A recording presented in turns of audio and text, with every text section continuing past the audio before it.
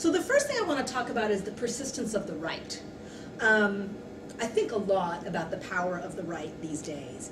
And one could argue that we are at the zenith of a neoliberal, white nationalistic, authoritarian state. And the question that we have to ask ourselves is, how long did it take the right to achieve this? Do we go back to 1980 and the election of Ronald Reagan? Do we go to the 1950s and the development of the Southern Strategy, when the Republican Party made a clear decision, no, we're going to invoke a very specific racist ideology to attract white voters, particularly from the South? Did we go back to the 1930s and think about the reaction to the New Deal? When, as soon as that paper was signed, capital was mobilizing, we've got to get rid of this, right? We can talk about that. Do we go to the 1870s, to the Long Depression? Historian Steve Fraser, in fact, traces our current political predicament back to the Panic of 1837 in the Age of Acquiescence. And if we believe him, and I think he makes a compelling case, the right has been at it for a really long time, all right? And there have been many ups and downs, many losses and defeats for the right, but they persisted. They persisted, right? We're talking about for a very long time. And so that really makes me think in a moment of, what is the word? Pessimism, like, wow, what are we up against here? Relatedly, I want us to think about the deep structural reasons for contemporary immigration today.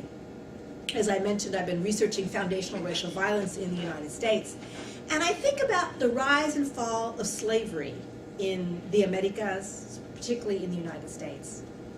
We're talking a minimum of 3 centuries, all right? And there was resistance going on that entire time, right? That entire time. I think about the rise and fall of colonization in Mexico, something I know a little bit more. Close to 4 centuries, we're talking about. Close to 4 centuries. So these are really long processes that we are talking about. Both cases involved wars in order to end these particular systems of oppression and countless other forms of resistance. So I see contemporary immigration, squatting, the Syrian refugee crisis even, as related to these processes. And particularly, I mean, we can pull out 2 very key processes that shaped the world. First, the global north came and stole millions of acres of land and engaged in both the displacement of millions as well as in genocide. And second, the global north also came and stole millions of bodies, converted them into commodities, and sold them throughout the Americas as well as other places. But it's not until like the long 19th century that we actually dismantle colonization and slavery. And in some places that goes on well into the 20th century, these processes, right?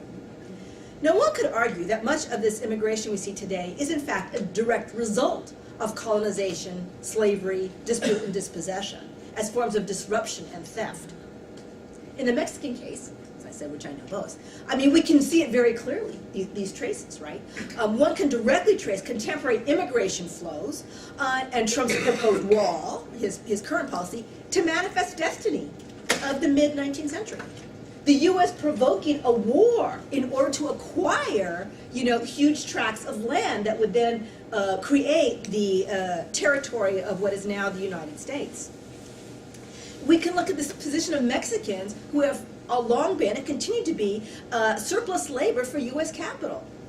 We can look at Mexico's subordinated status that serves to make America great. And it's not making America great again. It has always made America great, the subordinated status of Mexico, from an ideological, political, and economic point of view, right? So it's essential that we make these connections in order to understand what we are really up against. In the U.S., we can trace anti-immigrant policies and bans to the late 19th century. And it wasn't against Mexicans, it was against Asians, right? It's against Chinese and Japanese immigrants that we first are carving and developing these policies against of exclusion. The U.S., and I'm less sure about other countries here, I won't say that, we have been honing the arts of exclusion for well over a century. we have invested enormous resources in developing exclusionary ideologies, justifying the right of a country to police its borders, developing a massive police force, and military infrastructure to keep people out, right? And to this very day, right now, the White House is, I guess, accepting proposals on how to build a new wall, right? I just heard one great proposal somebody had. They were going to build a wall, and at the bottom was like a moat with nuclear waste, all right? And that is meant to keep people out. I mean, it's just, wow.